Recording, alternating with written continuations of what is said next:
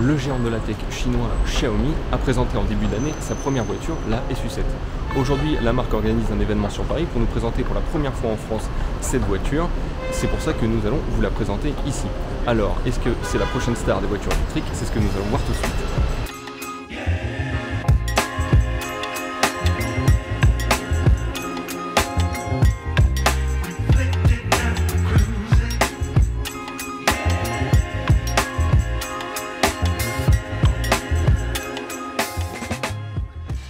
Commençons tout de suite avec le design de cette SU7.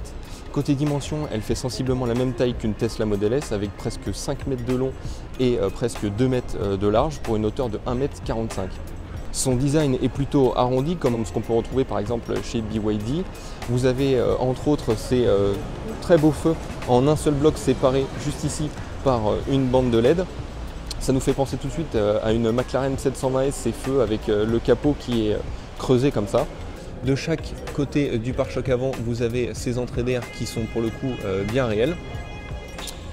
Passons désormais de profil, où comme la Porsche Taycan, vous avez une sortie d'air derrière l'aile avant et les portes avant qui sont creusées. Vous avez aussi cette très belle ligne de toit qui est fuyante, qui donne vraiment un côté sportif et très élégant à cette SU7.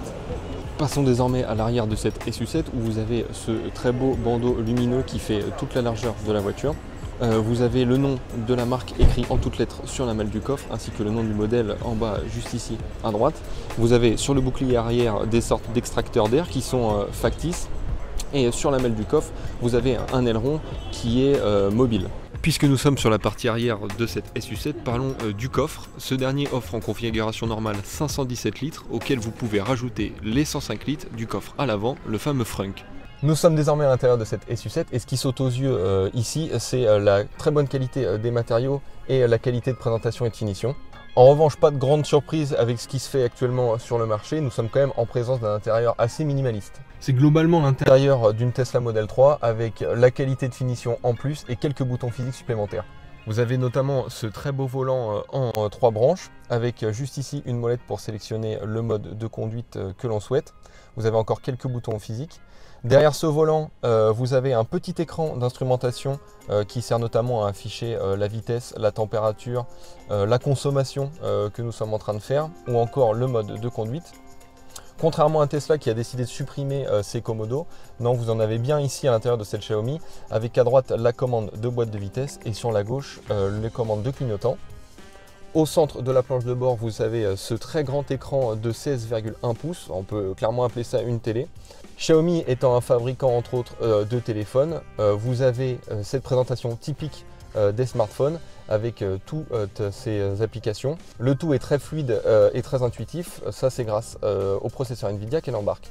De base, la voiture est fournie avec juste l'écran, mais Xiaomi propose de rajouter quelques gadgets comme cette barre de boutons physiques qui sert de raccourci pour l'écran. On peut rajouter aussi notamment ce petit combiné d'instrumentation, comme vous le voyez ici, ça peut afficher la force G, la vitesse, tout ça. Et sur la gauche de l'écran, on peut remarquer un petit support pour smartphone. Sous l'écran, on remarque un chargeur à induction pour smartphone. Et sur la console centrale, vous avez notamment le bouton Start and Stop et quelques raccourcis, notamment pour la climatisation ou pour lever le béquet à l'arrière. Je me trouve désormais à l'arrière de cette SU7 et c'est vrai que du haut de mon 1,86 m, je ne me sens pas du tout engoncé à l'arrière de cette voiture. C'est notamment dû au fait que cette SU7 offre jusqu'à 3 mètres d'empattement, ce qui est vraiment pas mal. Ce qui fait que j'ai vraiment de la place aux jambes, même quand le siège avant est reculé comme ceci. Et je le disais, on n'est pas engoncé à l'arrière de cette SU7, c'est notamment dû à cet immense toit panoramique qui apporte beaucoup de lumière à l'extérieur de la voiture. Les passagers arrière retrouveront quelques espaces de rangement comme dans les portières et juste ici derrière la console centrale. Vous avez également 2 ports USB type C. Et derrière les 2 sièges avant, vous avez notamment ces petites encoches qui servent de support pour une tablette Xiaomi par exemple. 3 versions de la SU7 seront proposées. La version de base et sa batterie de 76,6 kWh offrira 299 chevaux de puissance et une autonomie de 700 km. Attention, ce sont 700 km avec le cycle d'homologation chinois qui est très optimiste. En réalité, on devrait avoir beaucoup moins d'autonomie. La deuxième version, c'est la SU7 Pro qui offrira toujours 299 chevaux de puissance, mais avec une batterie de 94,3 kWh de capacité. Son autonomie serait de 830 km, toujours selon le cycle chinois. La dernière version, c'est la SU7 Pro Max que nous avons ici en présentation, et c'est 4 roues motrices qui offrira pas moins de 673 chevaux et 838 Nm de couple, une batterie de 101 kWh pour une autonomie de 800 km. Vous avez en plus une quatrième version qui est encore à l'état de prototype, c'est la SU7 Ultra.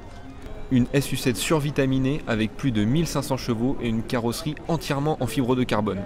Rajoutez à cela une lame à l'avant, un énorme aileron ainsi qu'un énorme diffuseur et vous obtenez une bête de course. Selon Xiaomi, la SU7 Ultra serait capable d'effectuer le 0 à 100 km/h en seulement 1,97 secondes.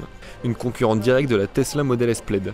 Pour l'instant, nous n'avons encore aucune information concernant une éventuelle date de lancement de la Xiaomi SU7 en Europe et en France. Ce qu'on entend dire, c'est que la marque souhaite d'ores et déjà assurer la livraison de ses commandes en Chine avant de réfléchir à s'installer sur d'autres marchés. Côté tarification, là encore, aucune information.